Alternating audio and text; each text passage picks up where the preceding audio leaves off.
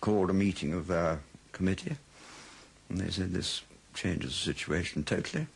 We got them, and they then called a meeting at in the Shwedagon Pagoda, the holy centre of Rangoon. Many people attended, and they passed a resolution by popular acclaim, A, that civil government should return to Burma immediately, and B, that a civil government should be formed composed of members of the resistance movement. This was unacceptable to Sir Reginald Dorman-Smith, who now returned from Simla to resume his governorship of Burma. By now, his relations with Mountbatten had greatly deteriorated, principally over the question of Aung San.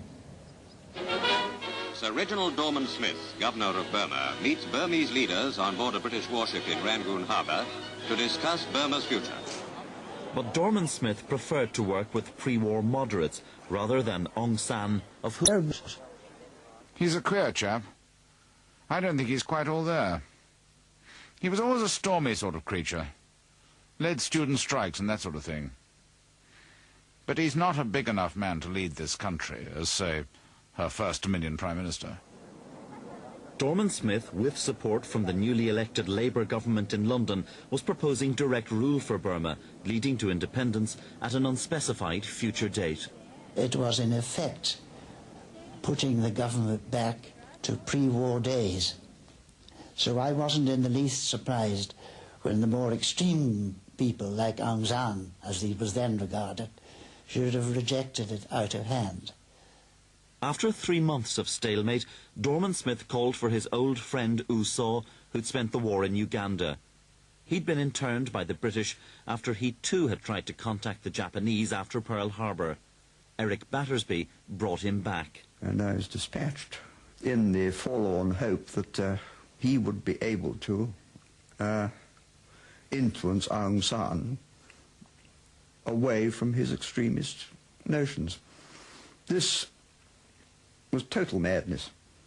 It simply couldn't have happened. U Saw had no influence in Burma. He was yesterday's man. Aung San was in control. On U Saw's return, Dorman-Smith now decided to dig up Aung San's wartime past. During the 1942 invasion, many in the Burma Independence Army had run out of control and killed thousands of ethnic minority Karens in southern Burma. Historically, the Karens had been favoured by the British, and many Burmese nationalists regarded them as collaborators. Aung San did his best to halt the massacres, but he was far from blameless himself. Dorman-Smith now assembled a dossier of evidence that Aung San had murdered a village headman during the 1942 invasion. Aung San, for his part, maintained he was merely carrying out a summary execution of a British collaborator. Dorman-Smith ordered his arrest. Well, Dorman-Smith simply wanted to get rid of my father. He thought that if he could pin a charge of murder on my father, it would effectively remove him from the political scene. It would make him unpopular with the people, and I think he also expected to be able to take action against him, put him into prison.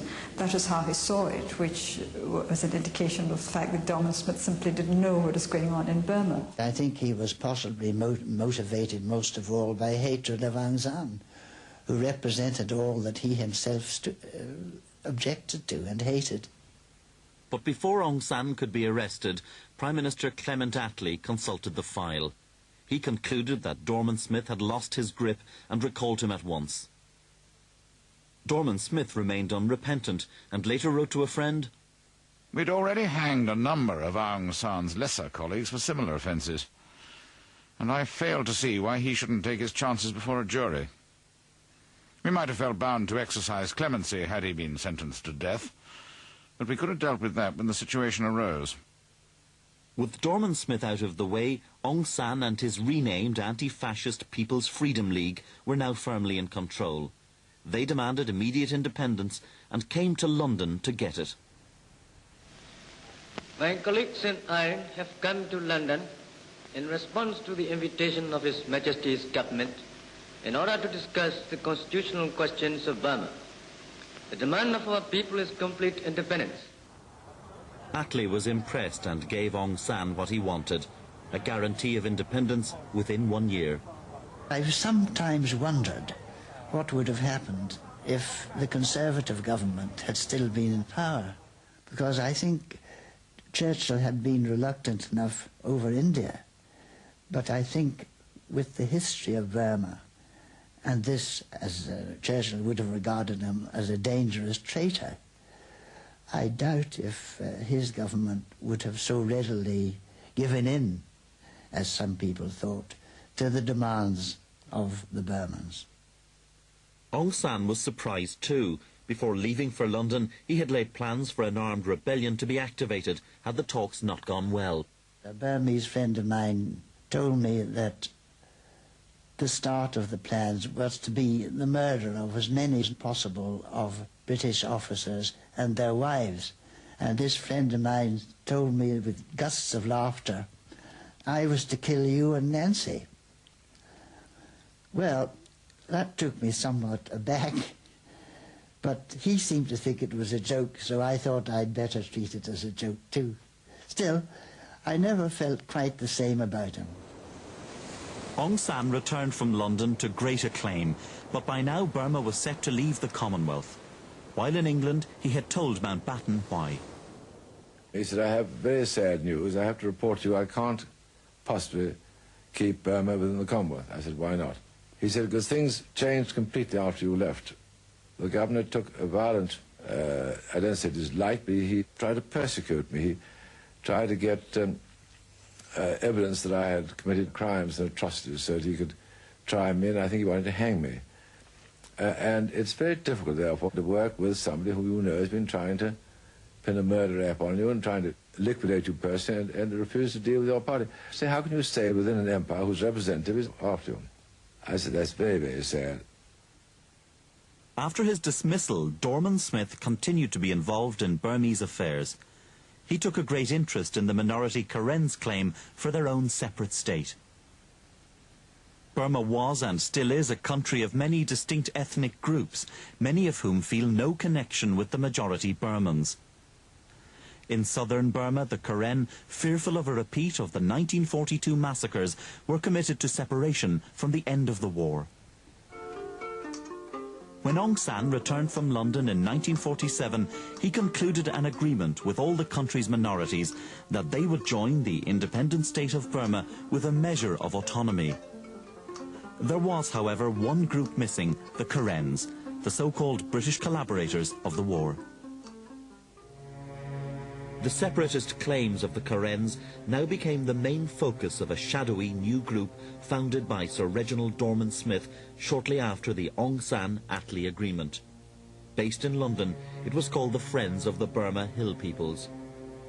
The group was mainly made up of conservative politicians, soldiers and journalists.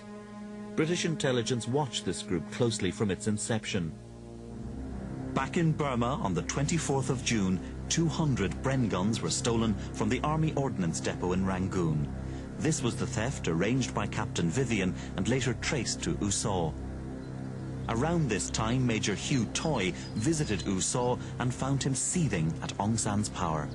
He contrasted himself with what he thought of as this rather gauche upstart in Aung San. And I got the impression that he really meant to have power, but only when he could get it in a legitimate way.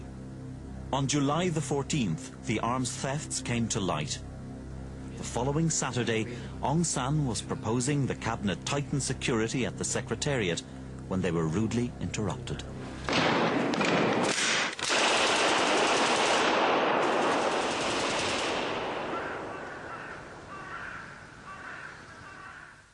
U Saw and 8 others stood trial for murder. Sir Reginald Dorman-Smith offered to give evidence in his friend's defence, but was discouraged by the British government. U Saw was convicted of conspiracy to murder and sentenced to death.